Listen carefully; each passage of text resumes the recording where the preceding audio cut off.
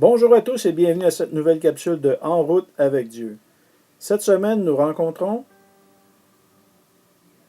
Pierre Burke.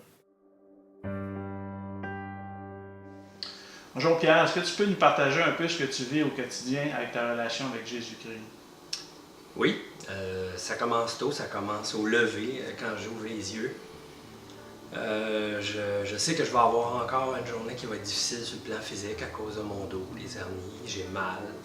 Et c'est souvent une souffrance qui dure un bon bout de temps après le lever. Donc je demande au Seigneur tout de suite le matin de me donner une dose de force et un encouragement pour pas que je sois lourd pour mon environnement, ma famille, surtout mon épouse le matin, avoir une bonne humeur. Donc c'est lui qui me donne la ressource. Pierre, qu'est-ce que tu dirais à une personne qui ne connaît pas Dieu?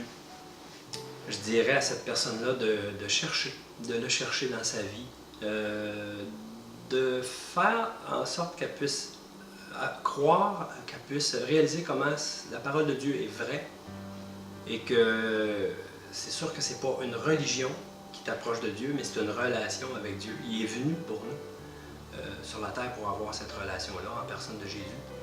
Alors je lui dirais de prendre le temps, d'y mettre l'énergie nécessaire parce que c'est déterminant pour tout le reste de sa vie et son éternité. Est-ce que tu voudrais développer un peu, Pierre, sur tes problèmes de santé?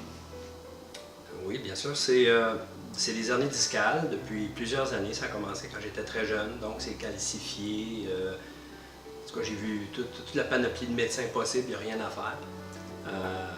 Et c'est ajouté à ça aussi des problèmes au niveau de la vue.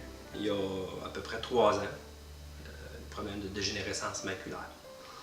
Alors, au début, on pense que c'est une injustice. Puis au moment, surtout où dans ma vie, j'avais besoin de plus comprendre les Écritures, de lire plus, j'ai moins de capacité. Et aussi pour servir physiquement, c'est difficile. Alors, il y a beaucoup de choses qui reviennent à des tâches que je faisais et qui reviennent à mon épouse.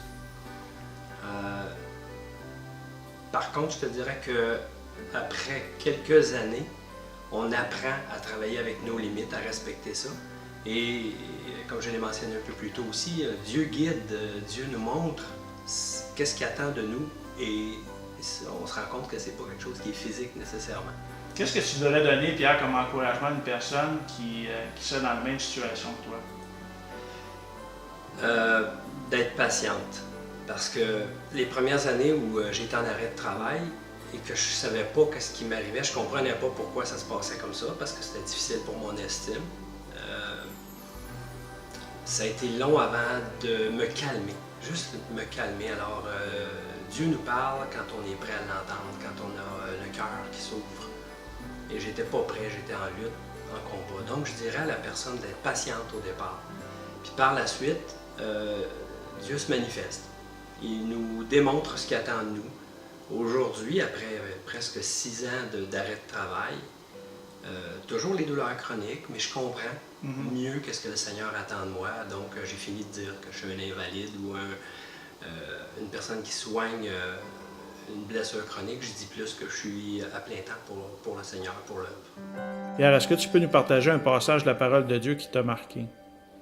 Oui, c'est un passage qui est directement relié à ma conversion. C'est dans l'épître de Paul aux Éphésiens, Nouveau Testament, au chapitre 2, versets 8 et 9. Car c'est par la grâce que vous êtes sauvés, par le moyen de la foi, et cela ne vient pas de vous, c'est le don de Dieu. Ce n'est point par les œuvres, afin que personne ne se glorifie.